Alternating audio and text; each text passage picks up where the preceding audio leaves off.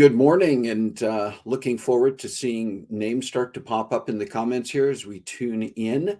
It's another Saturday morning, another great day to be alive, another great day to get together and enjoy a conversation. So that's what I'm going to ask you to do. Put on the brakes, grab a cup of coffee, and join the conversation because it is time for Coffee Breaks with Steve.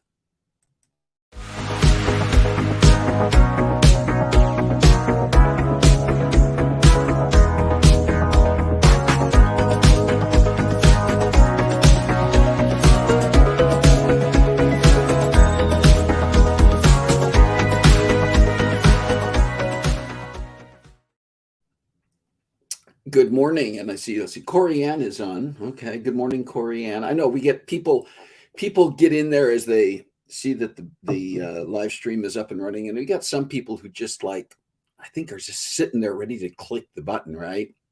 So how are you doing this morning, Jay Zetterval, Shalane Shepard? I recognize that name. Everybody drink. Thank you, Shalane. And yeah, it is Saturday, July. I almost forgot what the name of the month was. Well, hang on, people. This calls for obviously more of this. It is July 23rd, 2022, Saturday, July 23rd, 2022. And on the West Coast, where I am, it is 9:30 in the morning. What is the time where you are? I think everybody here is West Coast, but we got people from a couple other time zones on already. Good morning, Carla. Good morning, Kim Baker. Good meowing and happy Catterday, and good afternoon. Thank you, Kim Baker.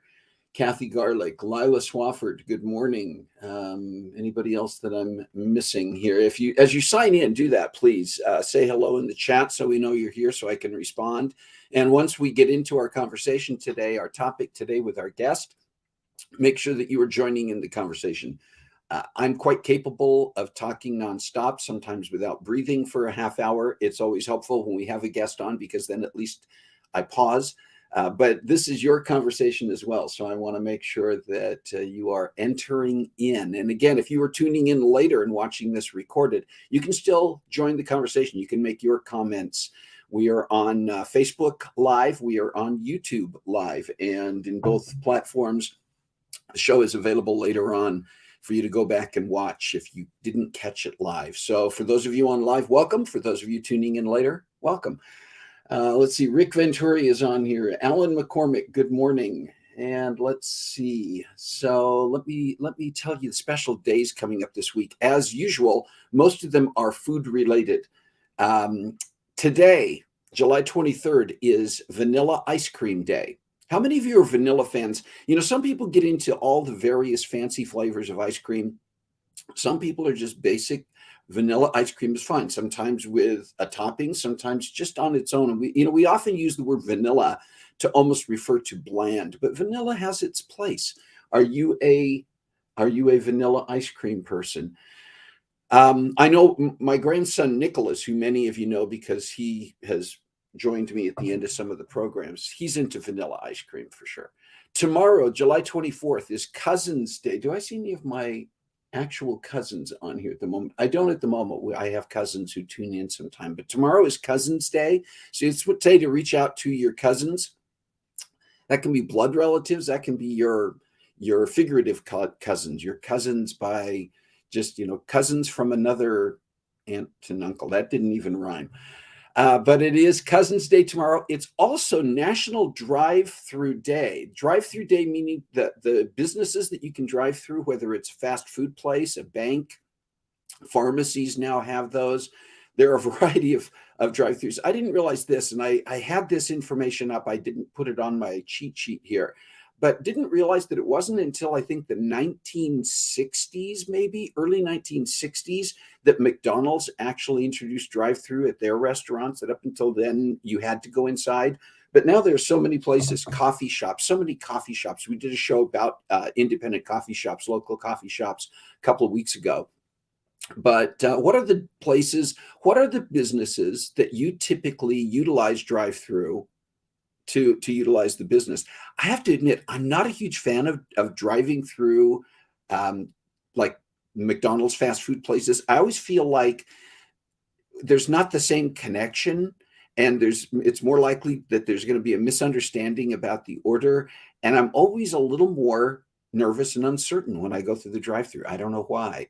For a long time during COVID, and I think there's still some places that will only do drive-through. You can't go inside to order face to face.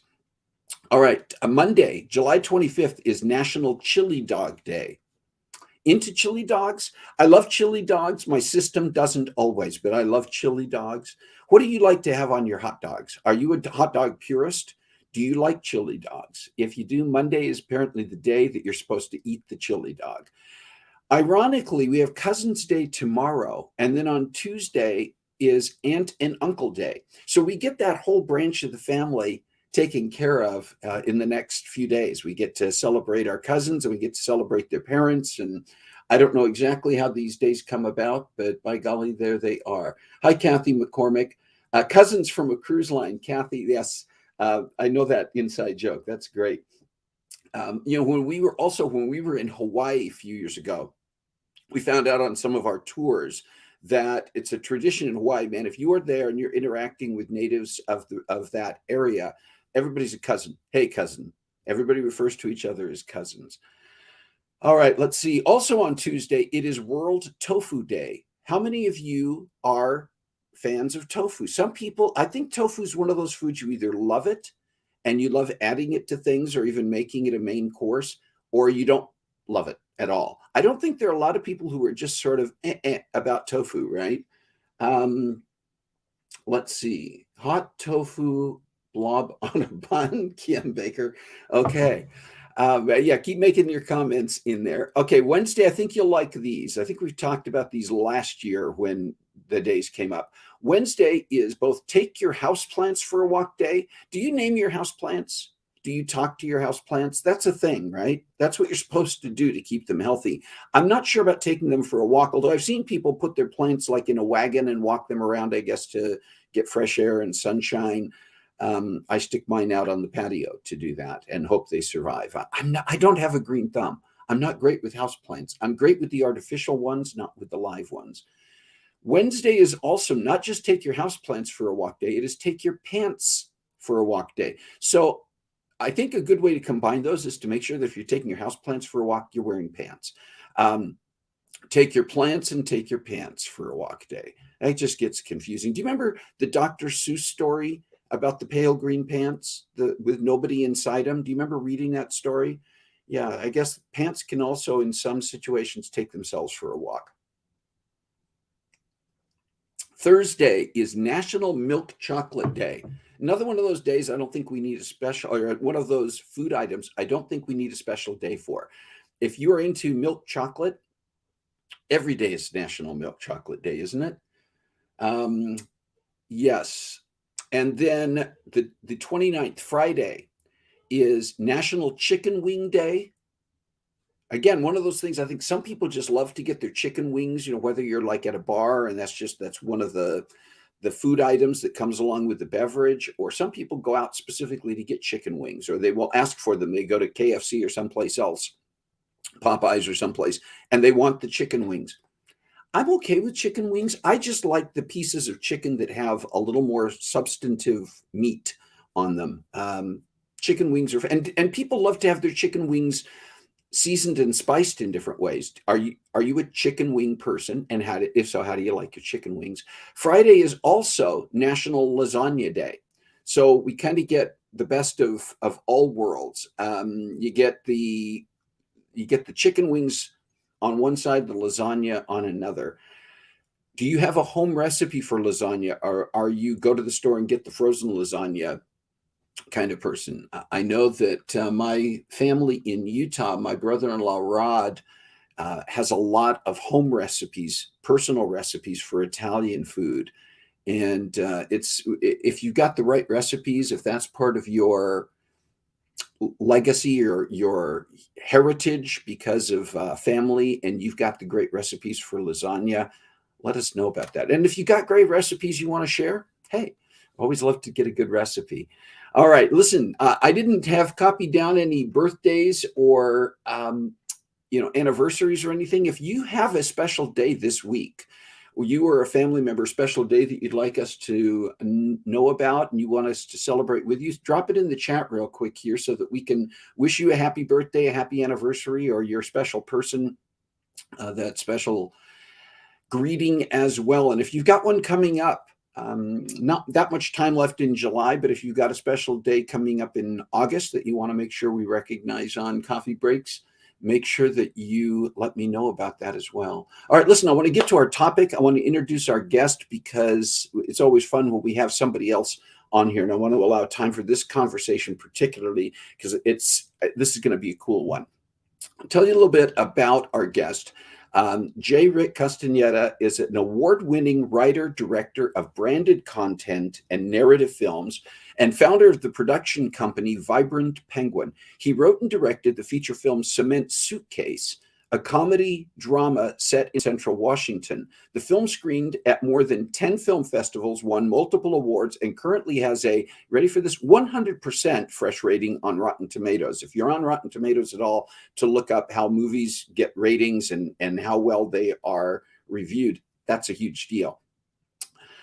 Cement Suitcase received wide distribution on cable, video on demand, and also was picked up by Amazon Prime, Hulu, and iTunes, so you can find it out there. Originally from Granger, Washington, Rick graduated from USC with a major in creative writing and a minor in film.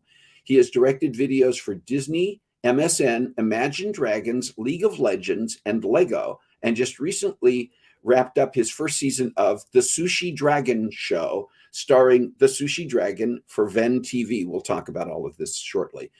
All Sorts, which is a current film that's out there that we really want to talk about today, is his second feature film. So with all of that, let me get Rick in here so that we can have a conversation with him and introduce you to Rick Castañeda. Good morning, Rick. Good morning. How are you? I'm doing well. How are you? Good. All right.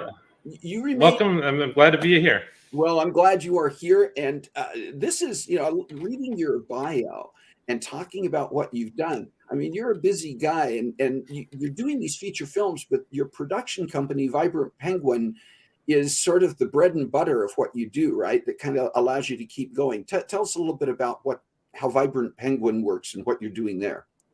Yeah, so when I moved to Los Angeles, I came here for film school, and after graduating, it seemed like the best place to stay. And I had a hard time getting people to getting into the industry.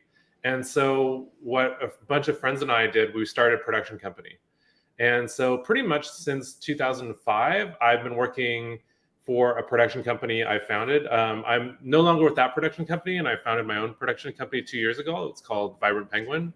And we do just a lot of different kinds of media, from films to commercials to a lot of interactive shows on Twitch. And we also do, we kind of try to stay on the forefront of technology with how film interacts with that. I like that. I want to talk, we're going to get into talking about All Sorts here in a minute, but a lot of people who, first of all, I guess I want to know, at what point in your life did you think to yourself, I want to be a filmmaker? Did you grow up with this vision, and did you have inspirations that you looked at and said, I want to be like that person? What led you to pursuing this career? I knew pretty early. I think, our first grade teacher, had us write short little stories on a piece of paper that you folded in half. And so you'd write the beginning of the story on the first, in the beginning, on the first page. Then in the middle, things get hairy and it's very difficult. And then on the last page, you kind of have to wrap things up. And so we were kind of like in first grade, kind of learning 3-act structure a little bit. And I fell in love with that. I knew that was exactly what I wanted to do. It just felt right. Like I was just amazed that people could do this. And I loved reading already by that point. And I was, my nose was always in a book. So I knew storytelling was just what I was meant to do. And I always tried to do, different films and videotape on VHS, but it never really felt right. And it just felt so clumsy. In the same way that, like when I tried to like sculpt things or draw things, it felt really clumsy. I wasn't able to get things as good as I wanted. And then in high school, our high school got a nonlinear editing machine. It was like a Mac G3. And I just loved that. With that, I could finally sync up sound effects with punches and, add, special effects and really edit it to like fine tune it in a way that you can with the written word. And so once I found that kind of editing, I fell in love, and we did a short film in high school. I'm from Granger, Washington. So, really small place. I think my graduating class had 45 people in it. Okay. And, we made a little short film, and I just did it because I really, really wanted to. And the feeling I got when we played that for the entire high school, people were laughing. It was a comedy, and people were already laughing by the credits. People were already like, you could hear like a whole auditorium of people laughing at something that I meant to be funny. And it was really exciting. And that feeling stayed with me. And I was like, oh, wow, this is like a different, exciting way to tell stories that is, it's not so lonely, honestly. Like writing is a very solitary, act, and you sit at a desk and you're just by yourself. And I like pairing that with, once that writing part's done, then you kind of like get together with a ton of friends and you come together and do it. Shalane is asking a question. By the way, when we get to the discussion about All Sorts in a minute, we'll talk a little bit about Shalane and why I probably even know about All Sorts to begin with. Shalane's asking the question. She says, do you feel like you've made it? If so, what tipped the scale? If not, what would make you feel that? What would make you feel as if you've made it in this industry? I've been trying for a while to kind of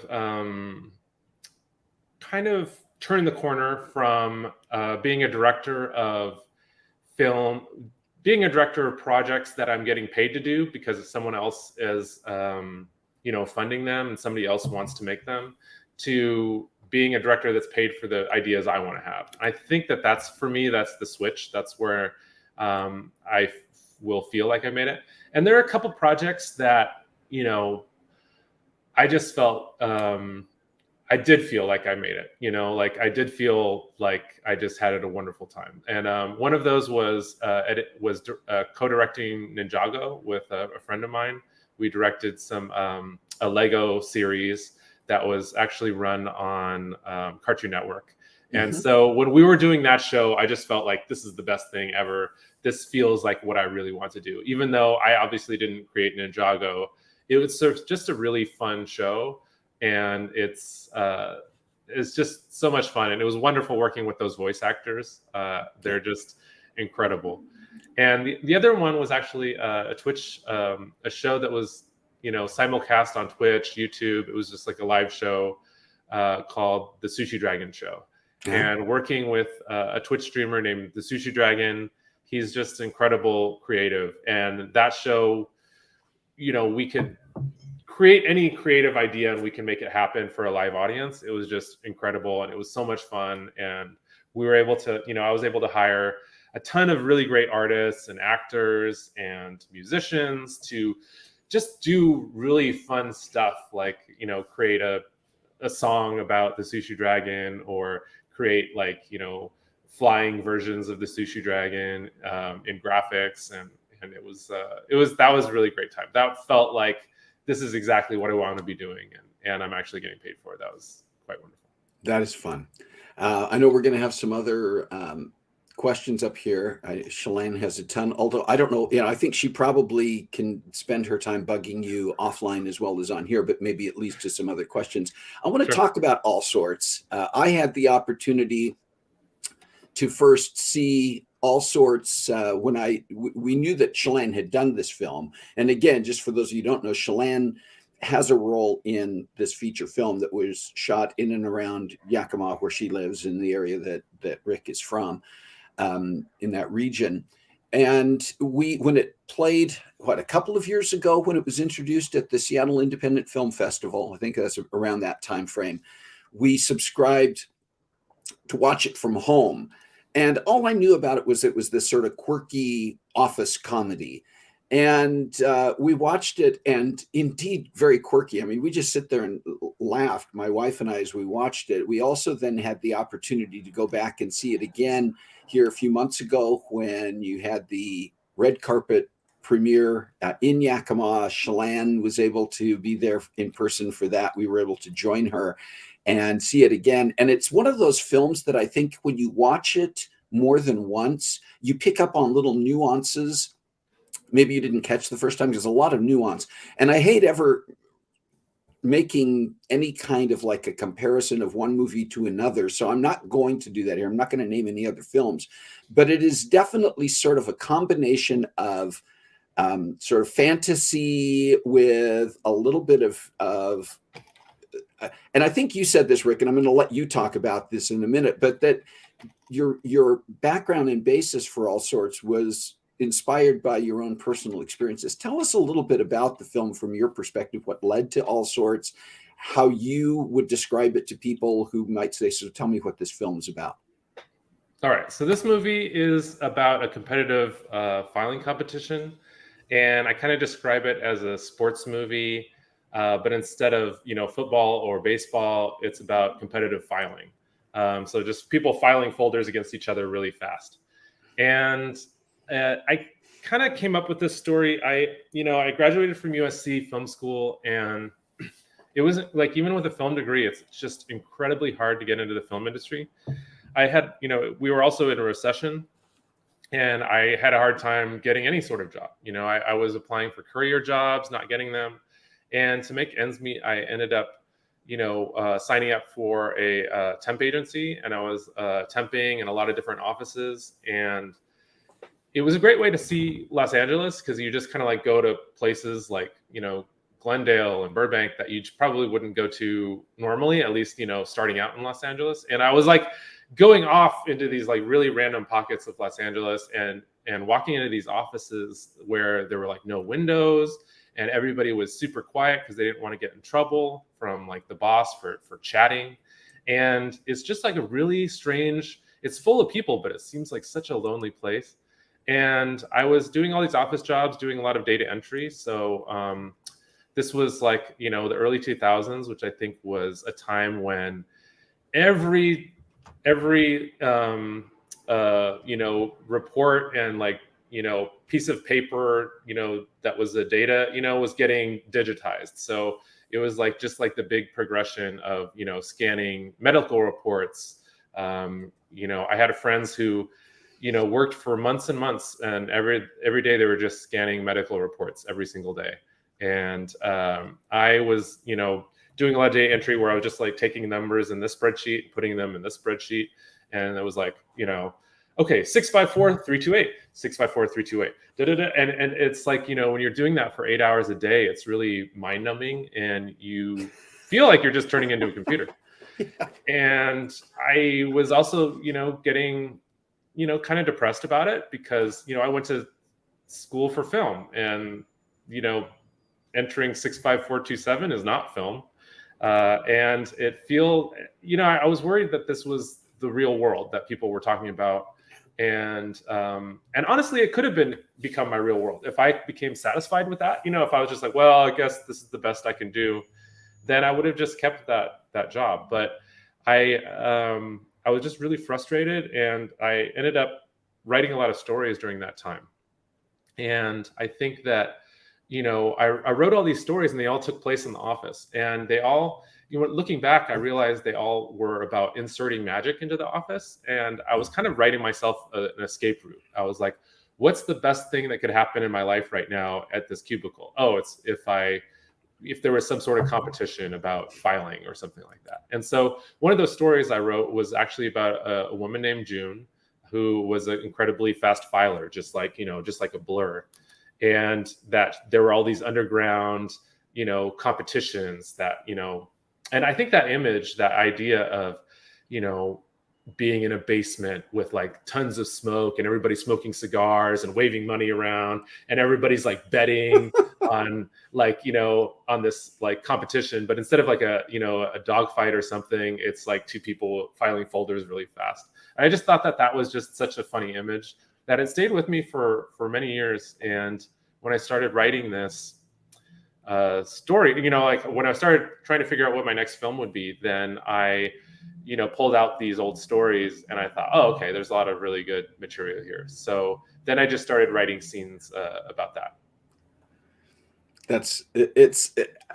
And I think you can only say so much. This is one of those films you can only say so much about it. You have to see it. So I think one of my next questions is, where can people currently find All Sorts, if it's playing anywhere or about to play anywhere? And do you see it, and are there things in the works potentially? Again, I know sometimes you're limited as to how much you can disclose about these things depending on what's being negotiated, but do you see it being in any kind of a release through online, any of the online services or anything else where people might get even broader access to it? What are the current plans and what's currently going on with All Sorts? So the current plans are to release, you know, like on streaming in September. And so we've delivered our video and they're checking it, you know, that goes through a technical qualifications, and we're kind of like waiting to hear back on that. So we don't have an exact date yet, but we're hoping September.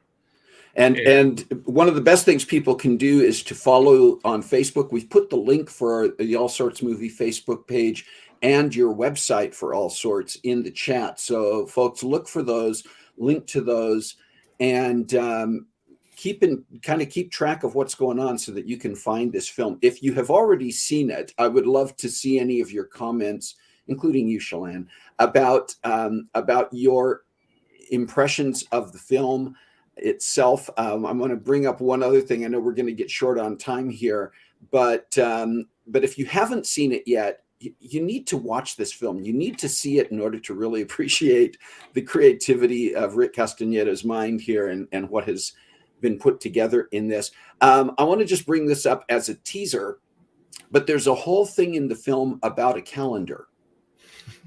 And I'm curious about sort of what, without doing any spoilers, kind of what the thought process was about this calendar that keeps updating and changing and getting a little more absurd even as the film goes on. I think that was another idea I had when I was working in an office, because, you know, we used to have those pull-off calendars, and I think that I thought it would be fun to it would be really fun to write one of those. And so there's this calendar that the main character Diego finds already in his office drawer. And it's really kind of like a surreal calendar that, like, you know, like you pull off one day and it's not the next day. It's like, you know, 3 months in advance. So the dates all go very, you know, randomly. And then there's always like a piece of kind of, you know, like a surreal, like off version of a inspirational quote. And so I think the reason I did that, you know, I just thought it was funny, but I think when you're working in one of those offices, you tend to forget kind of what day it is. And, you know, the days kind of, you know, they all blur together because every day is exactly like every other day. And I wanted the audience to kind of feel that like loss of the sense of time. But speaking of calendar, we actually do have some upcoming screenings in the movie theater. So if you live near Newport, Washington, we're screening today and tomorrow, and also on July 30th and 31st. So you can see that. And we're also going to be in Bloomfield Hills, Michigan on August 3rd. And we're going to be in Mount Vernon, Washington on August 12th. So if you actually, you know, I think, Steve, you know, like, what did you, I think you saw it both streaming and in the movie theater. Yes. Was there a difference between the two feelings of that? Very definitely. I think the biggest difference, and this is so true when you see films, is that when you're seeing it, you know, streaming, I mean, if you have enough people in the room, it's fun. When you're in a theater, the dynamic of the crowd reacting to things has its own chemistry and is its own catalyst for your own reactions. And the more that you're in a group where people are reacting, the more it generates. And sometimes people start reacting to something, you're going, wait, what did I miss? And it causes you to want to pick up on those things, and it just creates an entirely different atmosphere. So I encourage both. I mean, if you can get to one of the theater screenings, please do it. And I know that from many of those, probably most of those right now, Rick, are you actually in person at some of these that are taking place in different areas around both the state of Washington and around the country? Are you getting there to be there in person yourself? I've been in quite a bit of them. So we were screening in Seattle and Spokane, and we were in the Los Angeles Latino International Film Festival Right. here in LA. So that was really big. Unfortunately, I can't make it to all of them because I have a young one, and You have a it's just life. You do have a yeah. life. Yeah, I think if I was single, I would probably be at every one because I Yeah. just love seeing people react to it. It's wonderful to be able to see them. Everybody kind of walks in like, kind of almost with a face like, like, well, we'll see how this movie is, and it's really funny because like, they already made an effort to come out, but it's like, they're kind of like, well, we'll see how this is, and then see them when they walk out of the movie and have that feeling of like, Right. oh wow, that actually was pretty great, and Yeah. it's an inspirational movie. So I think you can see people, they just really want to talk about it, and they want to They enjoy do. it, and they want to process it, and they want to think about it, and it's just so much, I can't stress enough, it's just really fun film. It is. It's a tremendous amount of fun. And I know we're running a little bit long, but I did want to, Chelan asked this question, and it was one that I wanted to ask as well, is that what's next for you? What do you have currently going on, and or what do you have coming up?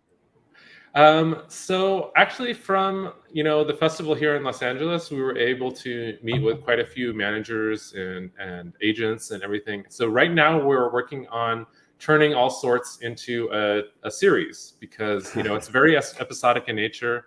I think these characters are really fun, and we're going to go around town pitching it as a show. So wish us luck.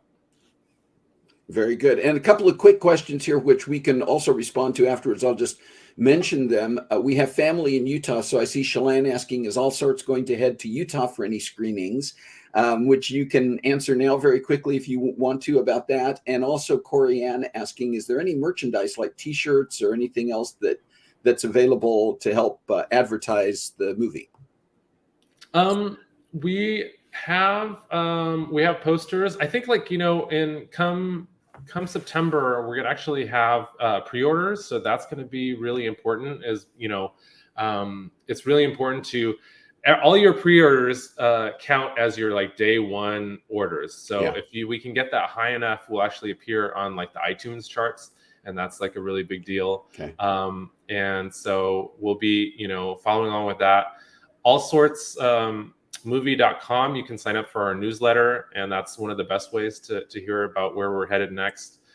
Chelan, I saw that you were asking about Utah, and I think we are talking to a theater in Utah, but nothing's been cemented yet. And we're talking to theaters like all across the country, and so we're trying to take this movie as Keep far getting as it it out can there. possibly go. Well, and I want to wish you personally all the luck in the world in doing that, because it is a movie that deserves a broad audience. We'll be keeping track of what's going on, and keeping track of both with the movie itself and with you. I also want to remind people that they can find Cement Suitcase through Oh, streaming services right now, and that's another one they can see the creativity of Rick Castañeda. So look yeah. for those. And if you're in Eastern Washington, it's just a wonderful film to see. It showcases so much of Eastern Washington, and we just got a new distribution deal with that. So it's on Redbox, it's on Amazon, it's on Vudu, and I think you can even, if you have one of those library cards, then you can even rent it from the online library. That's excellent. Rick Castañeda, thank you so much for being here. We're going to be keeping in touch, and hopefully have you back at a later time to see where, not only where All Sorts is going, but as you continue to expand projects, kind of get an idea of where that's going. But thank you so much for being here with us today. Really appreciate it, and appreciate all that you are doing to keep creativity in front of us. Same thing with you, Steve. I could see that you're extremely creative, and it's not easier to run a show, right? And I think that you're doing a really great job, and it's just wonderful to be here. Thank you so much for having me on the show, and keep on keeping on. All right, you too. Thank you, Rick. All right, bye. And once again, hopefully Rick will be available to look at the comments online, and we're going to have some stuff up on the Coffee Breaks Roundtable for you to follow up on this. Make sure that we're getting that information out here. And if you're tuning in later on and seeing this recorded, same thing, look for this film. I'm telling you right now, yes, I'm biased in that Chelan is in the film. All of that aside, because Chelan isn't in from beginning to end. Well, she is in toward the end too, but there are things that happen well beyond my daughter in this. Okay. So while I am biased, my bias is what led me to watch it in the first place. Don't let a greater degree of objectivity on your part, if you don't know Chelan, if you are just looking for fun films to watch for this one. I'm telling you right now, it is definitely worthwhile. All right, very quickly before we sign off today, I want to tell you about some things that are coming up. Next week, we are scheduled to have Ann Davis East back. What's on your bookshelf? She's going to talk about some end of summer reading and some books that you can be looking for as we wrap up our summertime. There's still good summer reading.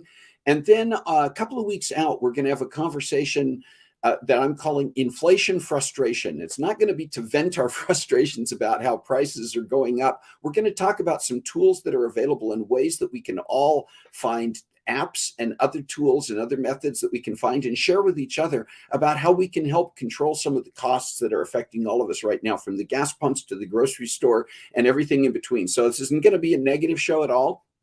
It's going to be an opportunity to look at some ways that we can all benefit. So that's coming up in a couple of weeks. And I still want to know, what are some topics and guests that you would like to see on Coffee Breaks with Steve? I want to hear from you. This is your opportunity to share some ideas, and particularly if you have some particular guests or topics that you think would be great for all of us to discuss, let's do that. In the meantime, I just want to thank you for being here. Thank you for being a part of the conversation. Once again, thanks to Rick Castañeda for being here today and sharing with us. It's always fun to have guests who are interesting and can bring us something that we can all get out there and enjoy. So thank you for doing that. Listen, still a lot going on around us, a lot that affects all of us. But remember, as we talk about every single week, we all have power to do something. We all have power to be the change that we want to see in this world. So find a way to make a difference in your world this week. God bless you. Thanks for being here. Have a great week.